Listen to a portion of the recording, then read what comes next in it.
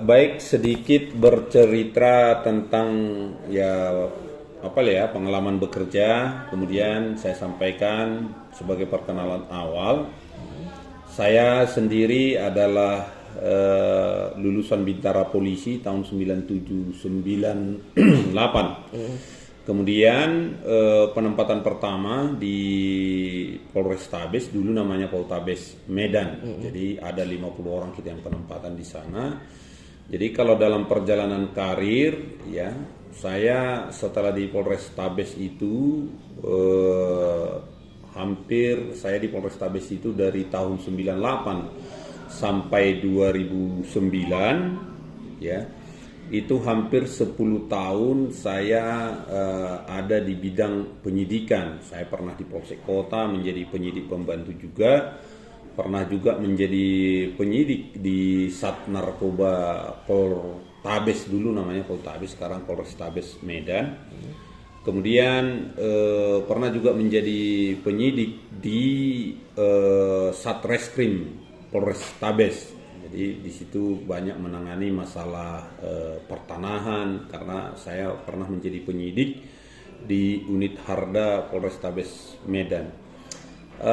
Dalam perjalanan karir ya, saya senantiasa memiliki ketertarikan untuk bagaimana senantiasa dari hari ke hari kita kan harus berproses untuk semakin memiliki nilai gitu kan. Nilai kita itu hidup ini, bagaimana kita bisa meningkatkan nilai diri kita untuk semakin berkualitas dan tentunya bermanfaat dalam pelaksanaan tugas kita. Sehingga pada tahun 2003 ya, pada tahun 2003 setelah sebelumnya melakukan perkuliahan, saya diwisuda dari Universitas Sisingamangaraja ke-12 ya, dengan bidang konsentrasinya itu fokusnya adalah hukum pidana. Itu di 2003 saya sudah menyelesaikan pendidikan sarjana. Kemudian di 2006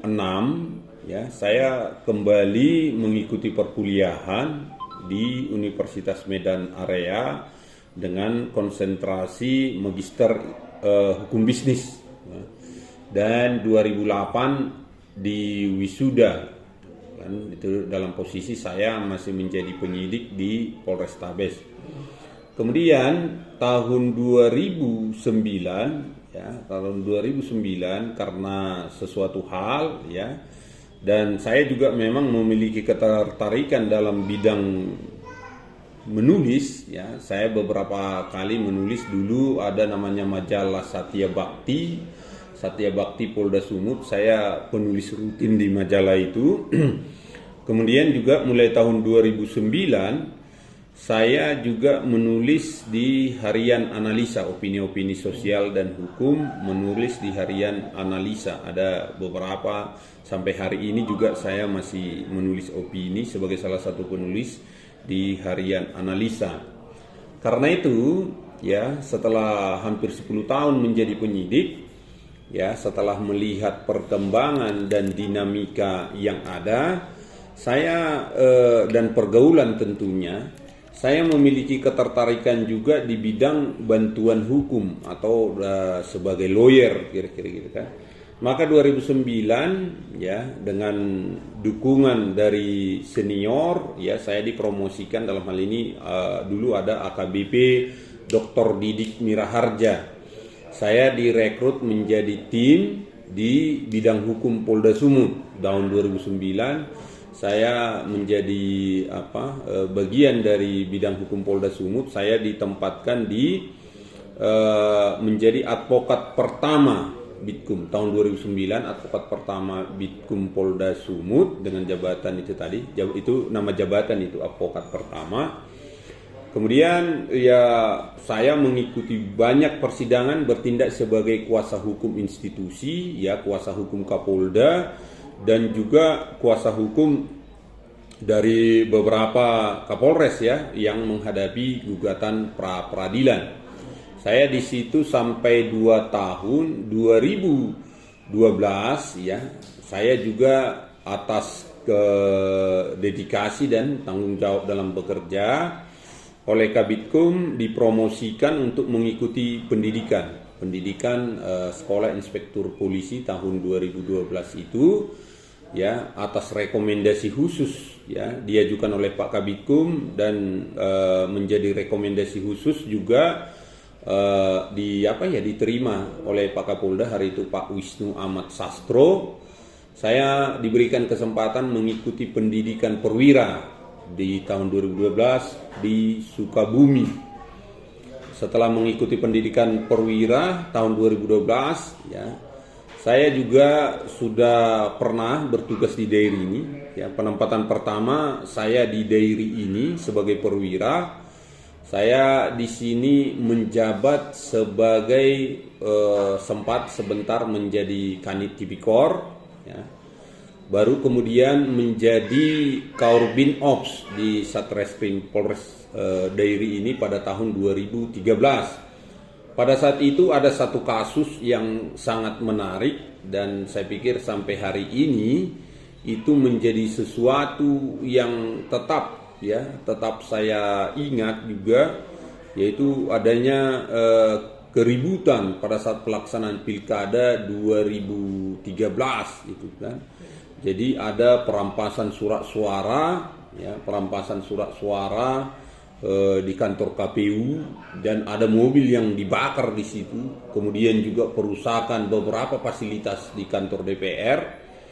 Dan dalam kegiatan itu ada lebih kurang 19 orang kita tetapkan sebagai tersangka, dan saat itu oleh pimpinan, dalam hal ini Pak Kasat Reskrim, saya ditugaskan sebagai Katim, ya, Katim yang bertanggung jawab untuk melakukan penyidikan dari 19 tersangka ini, ya, di mana kemudian terhadap tersangka ini sudah disidangkan di Pengadilan Negeri Sidikalang dengan putusan, ya, semua dipidana, walaupun masalah berat atau tidaknya hukuman itu adalah sesuatu yang berbeda tentunya, ya, itu. Baru kemudian itu di 2013, ya. Kemudian perjalanan dinas saya di hampir 1,5 tahun di Dairi 2014, karena background saya juga memang dari bidang hukum. Saya oleh institusi, oleh pimpinan kembali direkrut atau dikembalikan ke bidang hukum Polda Sumut 2014. Saya ke bidang hukum Polda Sumut itu, ya, menjabat sebagai perwira urusan bantuan hukum Porbankum itu di 2014, dalam posisi pangkat saya masih Ibda. Baru kemudian di 2016, ya, karena saya harus naik pangkat sedangkan jabatan di sana tidak memungkinkan atau tidak memenuhi persyaratan untuk saya naik pangkat, saya sempat juga pindah ke Polrestabes Medan. Sempat di sana 2016, ya, 2016 saya pindah ke Polrestabes Medan, sempat menjabat sebagai Panit Harda, perwira unit Harda di Satreskrim Polrestabes itu. 4 bulan menjabat sebagai Panit Harda, ya, walaupun saat itu pangkat saya masih Ibtu, ya, saya hari itu Pak Kapolrestabesnya Pak Brigjen Mardias yang hari ini menjadi Kastik Pak Lemdikpol. Saya diperintahkan menjadi Kanit Harda di Polrestabes selama hampir 6 bulan juga saya menjabat sebagai Kanit Harda. Dan kemudian 1 tahun di Polrestabes 2017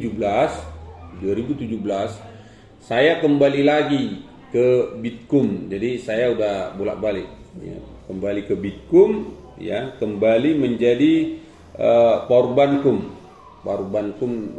bidang hukum Polda Sumut.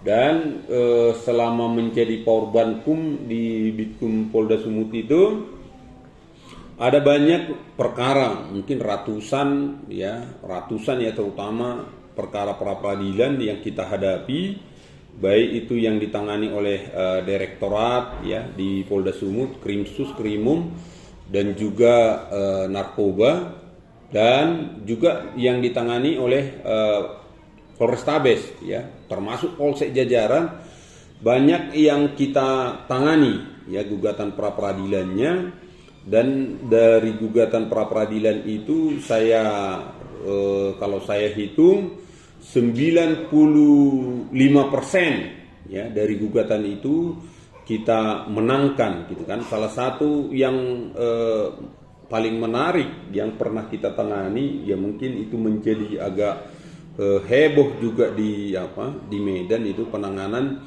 kasus penembakan. Ada pemilik toko senjata senjata olahraga ya.